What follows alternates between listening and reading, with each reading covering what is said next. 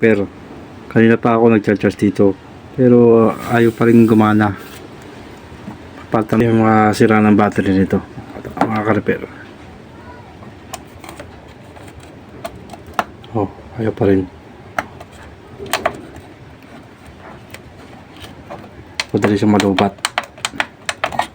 Yan pa, babaklasin natin yan, mga ka-repair. Ka-repair man, pinalitan na po natin ang battery, mas maliit. 3.7 volts.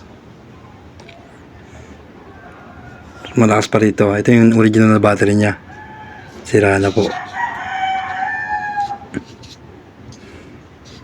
Ayaw na mag-charge. Yan yung ilaw na ako.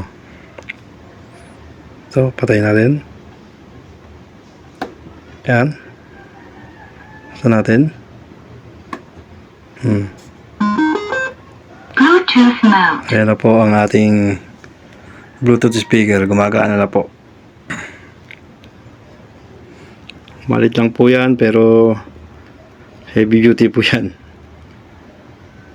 Okay na. Thank you.